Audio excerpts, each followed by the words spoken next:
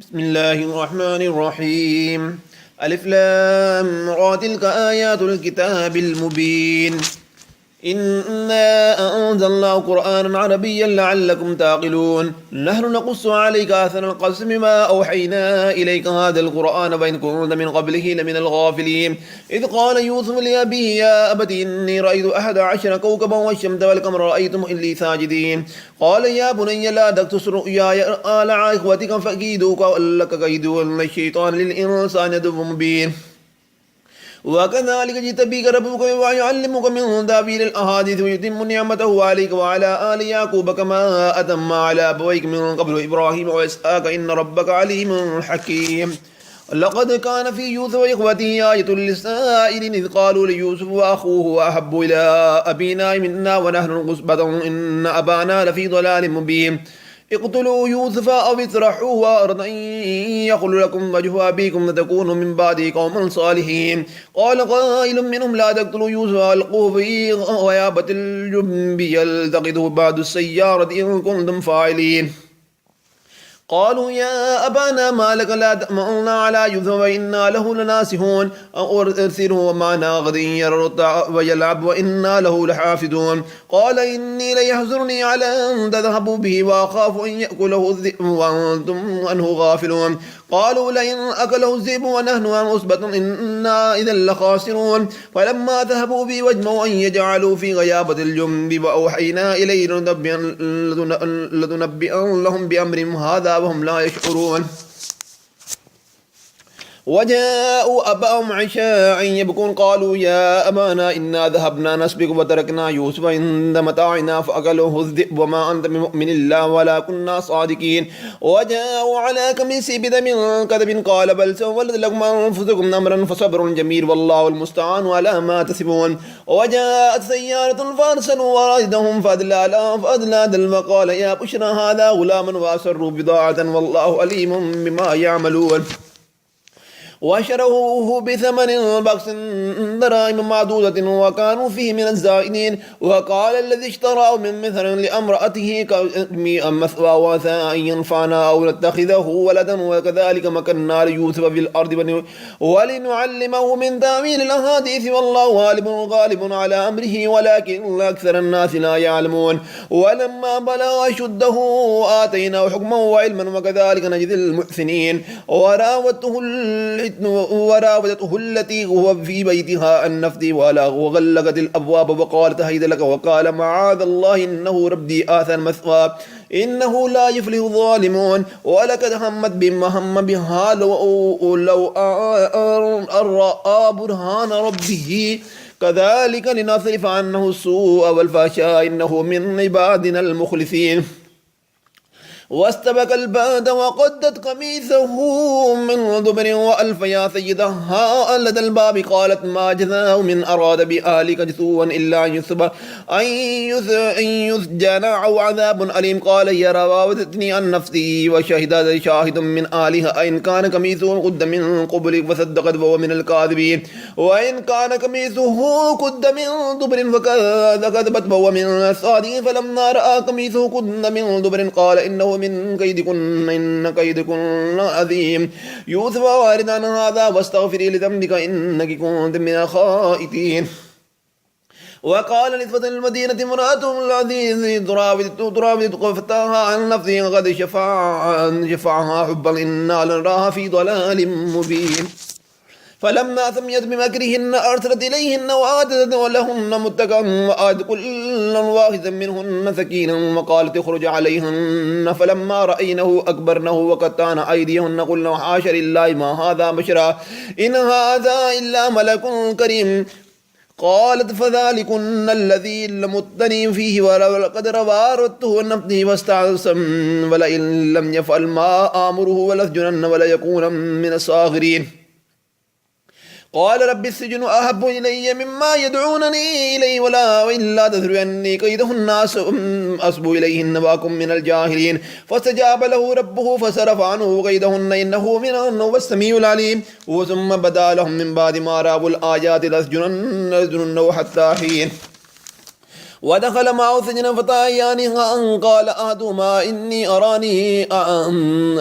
أعصر حمرا وقال الآخر إني أراني أحمل فوق رأسي خوذا تأكله الطير منه نبئنا بتأويله إنا نراك من المحسنين قال لا يأتيكما طعام ترزقانه إلا نبأتكما بتأويله من قبل أن يأتيكما وذلكما مما علمني ربي إني تركت ملة قوم لا يؤمنون بالله والله بالله وهم بالآخرة هم كافرون واتبعت ملة آباء إبراهيم وإسحاق ويعقوب ما كان لنا أن نشرك بالله من شيء ذلك من فضل الله علينا وعلى الناس ولكن أكثر الناس لا يشكرون يا صاحبي السجن أرباب متفرقون خير أم الله الواحد القهار ما تعبدون من دونه إلا أسماء سميتموها أنتم آباؤكم ما أنزل الله بها من سلطان إن الحكم إلا لله أمر أن لا تعبدوا إلا إياه ذلك الدين القيم ولكن أكثر الناس لا يعلمون يا صاحب السجن ما أحدكما فيسقي ربه خمرا وأما الآخر فيسلب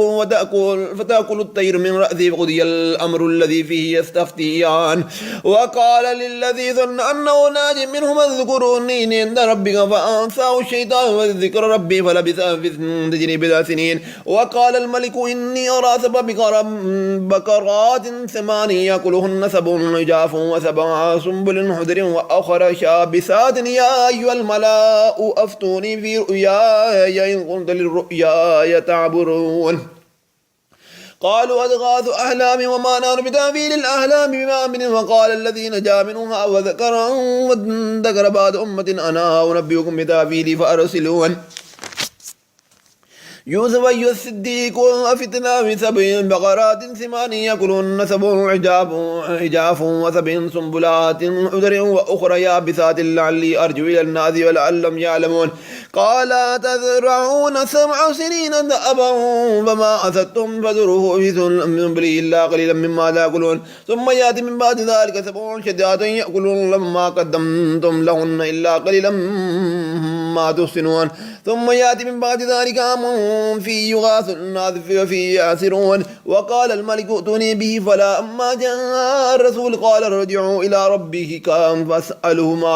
ما بال النسوة اللاتي قطعن أيديهن إن ربي بكيدهن عليم قال ما حسبكن إن راودتن يوسف عن نفسه قلنا حاشا لله ما علمنا عليه من سوء قال امرأة العزيز الآن أزز الحق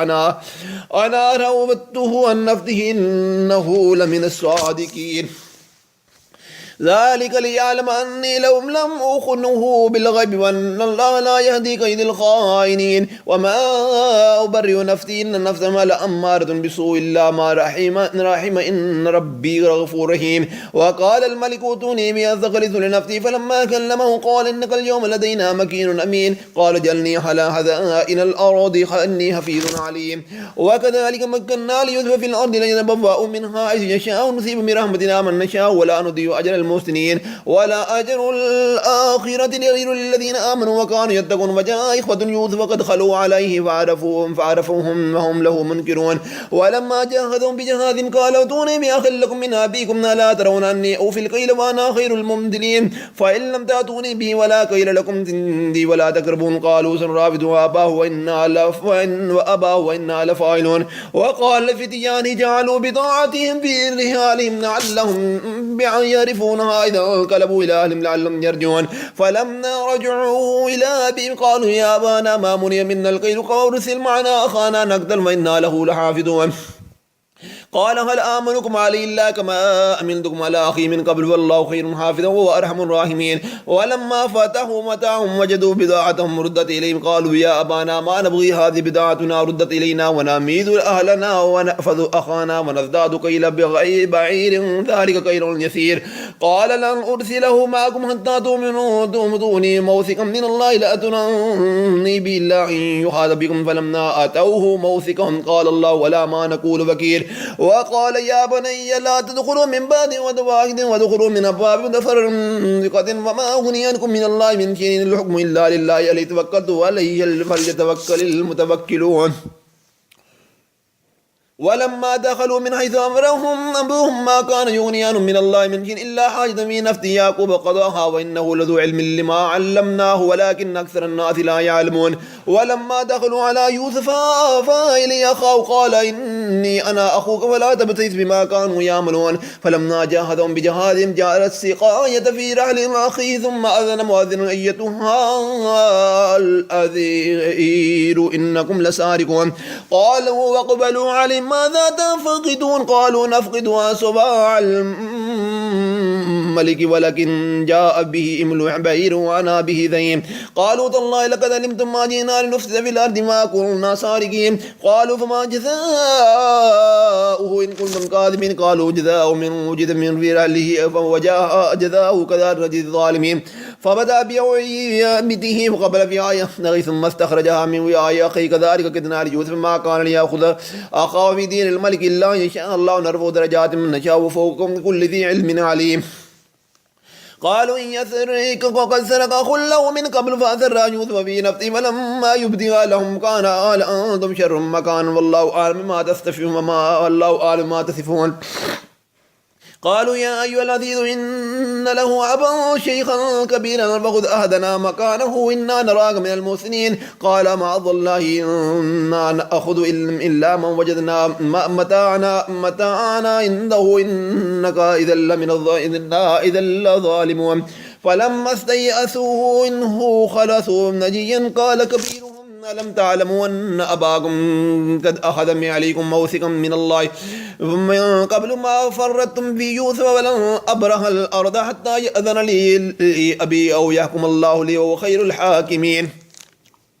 ارجعوا إلى أبيكم فقولوا يا أبانا إن ابنك سرق وما شهدنا إلا بما علمنا ما كنا للغيب حافظين وأسأل القرية التي كنا في والليلة التي أقبلنا فيها وإنا لصادقون قال بل سولت لكم أنفسكم من أمرا فصبر جميل أسأل الله أن يأتيني بجميع إنه هو العليم الحكيم وتولى عنهم وقال يا أسفا على يوسف وابيضت عنه من الحزن وهو كظيم قالوا تالله تفتأ تذكر يوسف حتى تكون هارة أو تكون من الهالكين قال إنما أشكو بثي وحزني إلى الله وأعلم من الله ما لا تعلمون يا بني اذهبوا فلا من يوسف أخي ولا تيأسوا من روح الله إنه لا ييأس من روح الله إلا القوم الكافرون فلما دخلوا عليه قالوا يا أيها العزيز مسنا وأهلنا الضر وجئنا ببضاعة مزجاة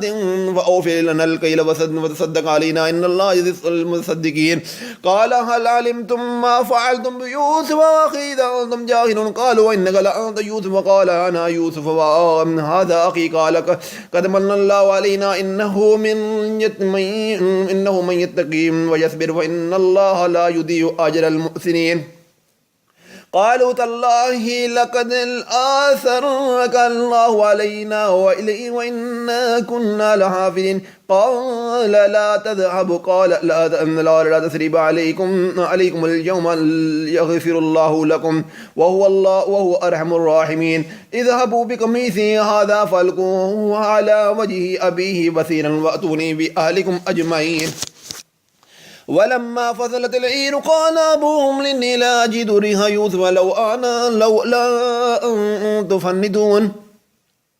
قالوا تالله إنك لفي ضلالك القديم فلما أن جاء البشير ألقاه على وجهه فارتد بصيرا قال ألم أقل لكم إني أعلم من الله ما لا تعلمون قالوا يا أبانا استغفر لنا ذنوبنا إنا كنا خاطئين قال سوف نستغفر لكم ربي إنه هو الغفور الرحيم فلما دخلوا على يوسف وآوى إليه أبويه وقال ادخلوا مصر إن شاء الله آمنين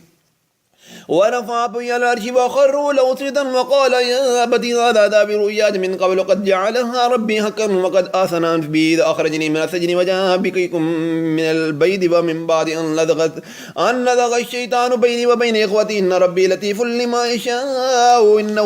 هو العليم الحكيم ربي قد آتيتني من الملك وعلمتني من تأويل الأحاديث فاطر السماوات والأرض وأنت وليي في الدنيا والآخرة وتوفني مسلما والحقني بالصالحين ذلك من أنباء الغيب نوحي إليك وما كنت لديهم إذ جمعوا أمرهم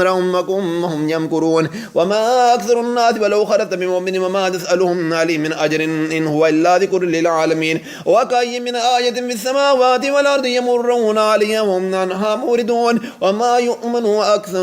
أكثر يكفرون بالله إلا وهم مشركون أفامنوا أن يأتيهم غاشية من عذاب الله أو تأتيهم الساعة بغتة وهم لا يشعرون قل هذه سبيلي أدعو إلى الله على بصيرة وأنا من التبعي من اتبعني وسبحان الله وما أنا من المشركين وما أرسلناك من قبلك إلا رجالا نوحى إليه من أهل القرى فلم يسيروا في الأرض فينظروا كيف كان عاقبة الذين من قبلهم ولدار الآخرة وخير للذين اتقوا فلا تعقلون حتى إذا استيأس الرسل وظنوا أنهم فقد كذبوا وإذ جاءهم نصرنا فنجي من نشاء ولا يرد بأسنا عن القوم المجرمين لقد كان في قصصهم عبرة لأولي الألباب ما كان حديثا يفترى ولكن تصديق الذي بين يديه وتفصيل كل شيء وهدى ورحمة لقوم يؤمنون